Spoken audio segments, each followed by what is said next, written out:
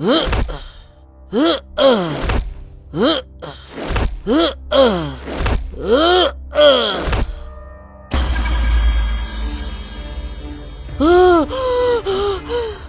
नहीं नहीं नहीं नहीं, ये तो वही द्वार है। ये हमारे गांव में कैसे खुल गया? नहीं नहीं नहीं नहीं नहीं नहीं नहीं, नहीं। मुझे ये बात जाकर पूरे गांव को बताना होगा। अब तो हमारे गांव में विनाश आ जाएगा। सुनो सुनो सुनो। रघु अपनी कुल्हाड़ी, लकड़ियां सब वहीं छोड़कर पागलों की तरह गांव की तरफ भागने लगा और गांव की चौपाल पर पहुंचा।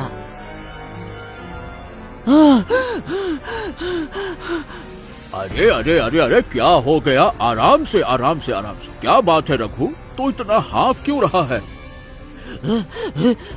भागो भागो मुखिया जी, भागो। कोई भी घर से बाहर मत निकलो। हमारे गांव में वो द्वार पूरे 300 वर्ष बाद फिर से खुल गया है। रक्त द्वार। भागो भागो भागो। क्या बात कर रहे हो तुम? ये क्या कर रहे हो? रक्त द्वार नहीं खुल सकता है। वो तो मौत का प्रतीक है। अगर वो खुल गया तो हमारे गांव में कोई भी जीवित नहीं बचेगा। तुम्हें तो पता है ना, कोई नहीं बचेगा। विनाश आएगा, विनाश। अरे मुखिया जी, मुझे सब कुछ पता है। मैं लकड़ी काट रहा था, तभी अचानक से बड़ा सा द्वार प्रकट हुआ। इतना विशाल दरवाजा कि मैंने अपने जीवन में कभी नहीं देखा था। भागो मुखिया जी, भागो। अरे बाप रे बाप, ये तो हमारे कुल गुरु कहा करते थे कि 300 वर्ष के बाद ये द्वार हमारे राज्य में खुलेगा और उस दिन हमारे राज्य का एक एक व्यक्ति जिंदा नहीं बचेगा। अब तो पूरे गांव में ये बात फैलानी होगी रघु। जल्दी से भाग जा, बता। अरे सुनो, अरे गांव वाले सभी सुनो, खिड़की दरवाजे बंद कर लो। फिर मुखिया ये बात सभी गांव वालों को बताते हैं और ये सुनते ही सभी गांव वाले अपने अपने खिड़की दरवाजे बंद कर लेते हैं। और ऐसे ही आधी रात होती है। अचानक पूरे गांव में एक बहुत ही डरावनी आवाज गूंजने लगती है, जिससे सब थर थर कांपने लगते हैं। हे भगवान, ये क्या हो रहा है? वो द्वार खुले हुए आज पहला ही दिन हुआ है और हमारे गांव में इतनी डरावनी आवाज। अब लगता नहीं है कि कोई भी जीवित बच पाएगा। हे भगवान, हे भगवान, हे भगवान, हे भगवान, हे भगवान। पूरी रात सभी गांव वाले डरे सहमे बिताते हैं।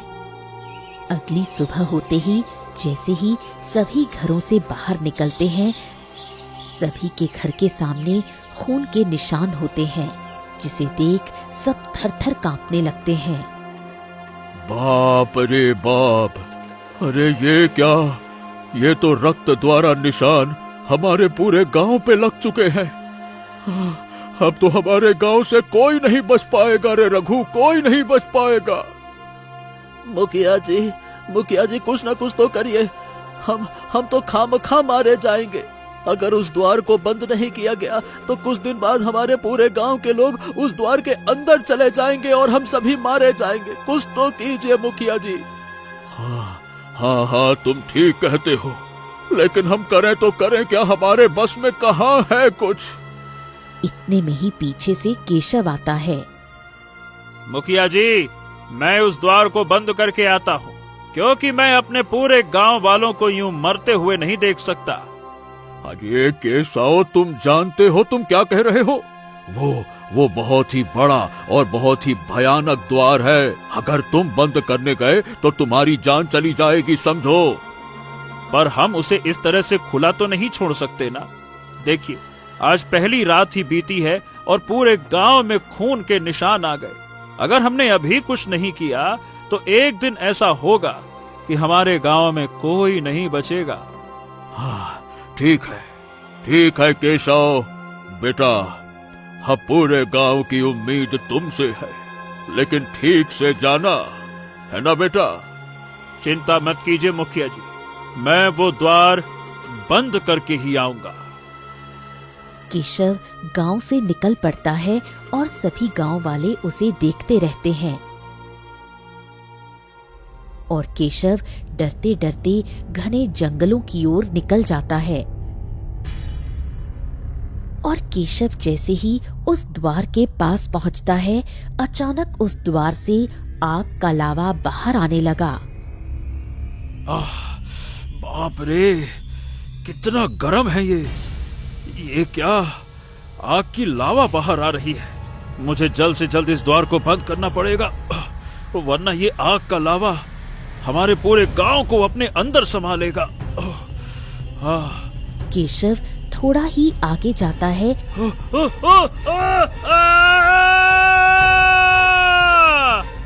कि तभी अचानक केशव गायब हो जाता है। दूसरी तरफ गांव की चौपाल पर सभी गांव वाले परेशान होकर बैठे हुए थे। देखा मुखिया जी, देखा, ये देखिए शाम हो गई है और अभी तक केशव वापस नहीं आया। हे भगवान, अब हम करें तो क्या करें। लगता है कि वो उस द्वार के अंदर गायब हो गया। अब हमें किसी भी तरह से किसी दूसरे व्यक्ति को भेजना होगा। क्या बात करते हैं मुखिया जी, हम अपनी जान खतरे में नहीं डाल सकते। ना ना ना ना ना, कौन जाएगा भला वहां पे। अब देखो, मैं तो नहीं जा सकता क्योंकि मैंने बहुत बेईमानी की है, और वो द्वार ऐसा है कि जो नेक आदमी को अपने अंदर जाने देता है, और जैसे ही कोई छल कपट करने वाला जाएगा तो वो वहां से अदृश्य हो जाएगा। अब मैं क्या करूं? ऐसा कौन व्यक्ति है हमारे गांव में जो द्वार के अंदर जा सकता है? मुखिया जी, एक है, रामचंद्र। वो दिल का बहुत नेक है, हर दिन पूजा पाठ करता है और वो दूसरों की बहुत मदद करता है। अगर वो उस द्वार को बंद करने जाए तो शायद वो द्वार बंद हो सकता है फिर। हाँ, तो ठीक है, चलो चलते हैं रामचंद्र के पास, चलो। फिर सभी गांव वाले रामचंद्र के घर पर आ जाते हैं। मुखिया जी, ये क्या हो रहा है? हमारे गांव में ये अजीब अजीब से खून के निशान और ये अजीब सी आवाज कैसी है? मैं तो बहुत परेशान हो गया। अरे रामचंद्र, अब कैसे बताऊं? इतने सालों से जो द्वार बंद था वो पूरे 300 साल बाद खुल गया है, और उसे बंद करने के लिए केशव भी गया, पर केशव वापस नहीं आया। अब रामचंद्र, कोई नेक दिल का इंसान ही उस द्वार को बंद कर सकता है। अच्छा, ठीक है, तो मैं जाता हूँ। मैंने बहुत पुण्य कमाए हैं, दान धर्म किया है और कई लोगों की मदद की है, इसीलिए मैं वो द्वार अवश्य बंद कर दूंगा। आप चिंता ना करें। हाँ, हम सब इसी आस के साथ तो तुम्हारे पास आए थे रामचंद्र। बस किसी भी तरह से वो द्वार बंद कर देना। अब पूरे गांव की उम्मीद तुम्हारे कंधों पर है। फिर रामचंद्र सबको दिलासा देते हुए गांव से निकल पड़ता है। ऐसे ही वो दिन भी बीत गया और रामचंद्र वापस नहीं आया। अगला दिन होते ही अचानक एक औरत पागलों की तरह रोने लगी। हे भगवान, ये क्या हो गया मेरे बच्चे को? मेरा बच्चा आंखें क्यों नहीं खोल रहा? मेरा बच्चा ये कुछ बोल क्यों नहीं रहा है? अब मैं क्या करूं? मैं कैसे जीऊंगी? वो पागलों की तरह रोती है और सभी गांव वाले इकट्ठा हो जाते हैं। ये क्या हो गया? तुम इतना रो क्यों रही हो? क्या बात है? पता नहीं मेरे बच्चे को क्या हो गया। वो बोल रहा था कि उसे रक्त द्वार से बुला रहा था और मैं उसे डांट डांट कर सुला देती थी, लेकिन अभी देखो ये आंखें नहीं खोल रहा। क्या हो गया मेरे बेटे को? हे भगवान, हे भगवान, हे भगवान, ये देखिए क्या हो गया है मुखिया जी। देखिए, हम इसी दिन से तो डरते थे और आ गया वो दिन। अब देखिए, उसने हमारे गांव के बच्चों को भी उठाना शुरू कर दिया है। अब कुछ ही दिन में वो हम लोगों को भी मार देगा, सब खत्म कर देगा। वो हम क्या करें मुखिया जी, क्या करें? अरे शांत हो जा रघु, पहले शांत हो जा। हे भगवान, अब मैं क्या करूं, मुझे खुद ही समझ में नहीं आ रहा है।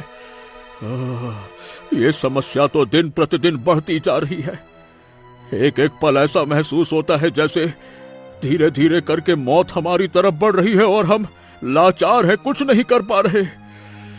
हमें कुछ ना कुछ करना पड़ेगा रघु, कुछ ना कुछ करना पड़ेगा। अब तो हमें कोई नहीं बचा सकता मुखिया जी, कोई नहीं बचा सकता। कुल गुरु, अब तो बस कुल गुरु ही कोई रास्ता बता सकते हैं। हाँ, तुम ठीक कहते हो। कुल गुरु से बड़ा विद्वान और सिद्ध योगी कोई नहीं हो सकता। इसीलिए हमें सबको कुल गुरु के पास जाना चाहिए। चलो, आओ चलो। फिर सभी गांव वाले वहां से निकल पड़ते हैं और चलते चलते एक घने जंगल के बीच एक आश्रम में जाते हैं। तभी देवांश उन सभी गांव वालों के सामने आता है। नमस्ते, कहिए आप लोग यहाँ कैसे? देखिए, मैं कुल गुरु से मिलने के लिए आया हूँ, उनकी बहुत आवश्यकता है। कहाँ है वो? देखिए, माफ कीजिएगा मुखिया जी, मेरे पिताजी तो 2 दिन पहले ही इस दुनिया को छोड़कर चले गए। क्या? अरे नहीं, ऐसा नहीं हो सकता, ऐसा नहीं हो सकता। हे भगवान, अब हमारे गांव को कौन बचाएगा? उनके सिवा तो कोई इस द्वार को बंद ही नहीं कर सकता। क्या करूं? रुकिए, जरा आप मुझे बताइए क्या तकलीफ है? आप लोग बताइए, मैं आपकी समस्या हल कर दूंगा। क्या तकलीफ है? अरे नहीं हो सकता। ये तो सिर्फ कुल गुरु ही कर सकते थे, क्योंकि उनके पास इतनी शक्ति और इतनी विद्या थी जिसकी बराबरी इस दुनिया में कोई नहीं कर सकता। देखिए, पिताजी इस दुनिया से जाने से पहले मुझे सारी विद्या सिखाकर गए हैं, इसीलिए मैं आपकी मदद कर सकता हूँ। आप मुझे समस्या तो बताइए। ऐसा है मुखिया जी, अब हमारे पास कोई और रास्ता तो नहीं है, क्योंकि हमने पहले ही 2 लोगों को खो दिया है। अब अगर ऐसा ही चलता रहा तो हम और भी आदमी को खो देंगे। इसीलिए देवांश को ही साथ ले जाना चाहिए। जब ये कह रहे हैं कि इनको आता है तो कोशिश करने में क्या जाता है। हाँ ठीक है देवांश, अगर तुम कुल गुरु के पुत्र हो और तुम्हें कुल गुरु ने अगर सारी विद्या दी है तो जरूर तुम हमारी समस्या का हल निकाल लोगे। देखो, अब बात यह है कि हमारे जंगल में 300 वर्ष बाद रक्त द्वार खुल गया है। अगर उस द्वार को बंद नहीं किया गया तो हमारे गांव में कोई नहीं बचेगा और सब मारे जाएंगे। ये एक अभिशापित द्वार है, इसे खुलते ही सभी की मृत्यु हो जाती है। ऐसा हमारे पूर्वजों ने और कुल गुरुओं ने हमें बताया था। बाप रे, ये तो बहुत ही भयानक लग रहा है। ठीक है, मेरे पास बहुत सारी विद्या है, मैं अपनी विद्या से वो द्वार अवश्य बंद करूंगा, चिंता मत कीजिए। देवांश वहां से निकल पड़ता है और घने जंगलों की तरफ जाता है। हाँ, बाप रे बाप, चलते चलते मैं इतने घने जंगल में तो आ गया, लेकिन ये रक्त द्वार अभी तक क्यों नहीं दिख रहा? आखिर गांव वालों के अंदर जब इतना खौफ है तो ये कोई साधारण द्वार तो होगा नहीं। मुझे इसका रहस्य तो पता करना ही होगा। ठीक है। देवांश वहां से निकल पड़ता है और रक्त द्वार के पास पहुंचता है, जहां आग का लावा पूरी तरह द्वार पर भरा हुआ था। अरे बाप रे बाप, इस द्वार से तो सच में आग का लावा निकल रहा है, पर मेरे पास तो विद्या है।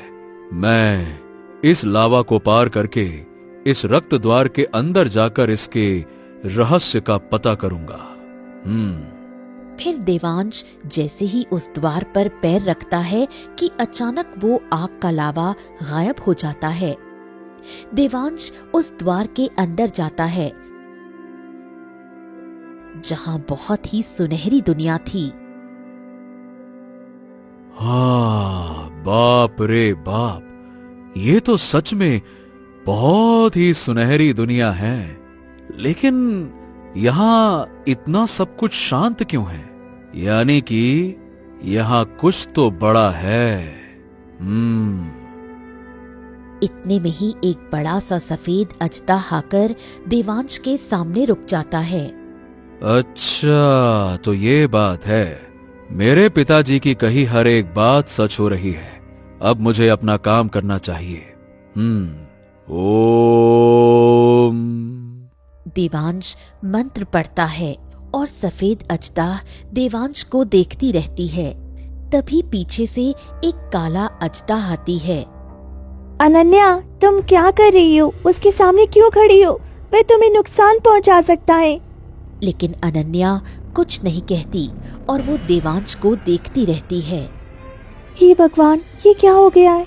ये कुछ बोल क्यों नहीं रही है और वहाँ से हट भी नहीं पा रही है? कहीं उसने मेरी बहन को वश में तो नहीं कर लिया? मुझे अपनी बहन को किसी तरह बचाना होगा। तभी अन्वी कोशिश करती है, पर अनन्या होश में नहीं आती। ये इतनी सुंदर और इतनी विशाल है, लेकिन इसकी आंखों में कुछ तो है जो मैं समझ नहीं पा रहा हूं। आखिर ये गांव वालों को नुकसान क्यों पहुंचा रही है?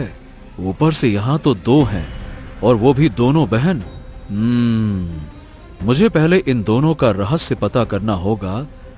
आखिर ये लोग ऐसा कर क्यों रही हैं? मैं पहले इस द्वार से बाहर जाकर देखता हूं। अगर मैं सही सलामत चला गया तो फिर मैं इसके आगे का रहस्य पता करूंगा कि आखिर गांव वाले यहां आते हैं और गायब कैसे हो जाते हैं। हाँ। फिर देवांश उस द्वार से सही सलामत बाहर आ जाता है। फिर उस द्वार के बाहर फिर से आग का लावा भर जाता है। ओह, यानी कि इस द्वार के अंदर बहुत ही गहरा रहस्य छुपा हुआ है जो किसी को नहीं पता। ठीक है, अब मैं इसका रहस्य पता करूंगा। इसके लिए मुझे एक दिन अपनी विद्या का अध्ययन करना होगा। ठीक है। फिर देवांश वहां से निकल पड़ता है और गांव की तरफ जाने लगता है। वहीं दूसरी तरफ देवांश के जाते ही अनन्या होश में आती है। ये क्या अनन्या, मैं तुम्हें कब से कह रही थी कि उसके पास मत जाओ, उसके पास मत जाओ। तुम उसके पास ऐसे खड़ी क्यों थी? तुमने उसे मारा क्यों नहीं? वो हमारी दुनिया से बाहर चला गया, अब वो हमारी दुनिया को खत्म करके रहेगा। पता नहीं मुझे क्या हो गया था, मैं उसकी आंखों में खो गई थी, इसीलिए मैं उसे नुकसान नहीं पहुंचा पाई।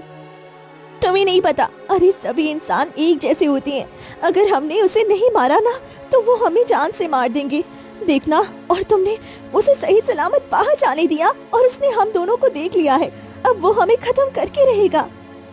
तुम चिंता मत करो बहन, तुम तो जानती हो मैं बहुत ताकतवर हूँ और मेरा सामना तो कोई कर ही नहीं सकता है। फिर वो तो एक इंसान था, भले उसके चेहरे पर तेज था और थोड़ी दिव्यता भी थी, जिस वजह से मैं मोहित हो गई थी। लेकिन अगली बार अगर वह मेरे सामने आया तो देखना, मैं उसे जान से मार दूंगी। ठीक है, पता नहीं अगली बार अब क्या होने वाला है, लेकिन इस दुनिया को हम अपने कब्जे में रखेंगे और कभी किसी को यहाँ से दोबारा जीवित नहीं लौटने देंगी।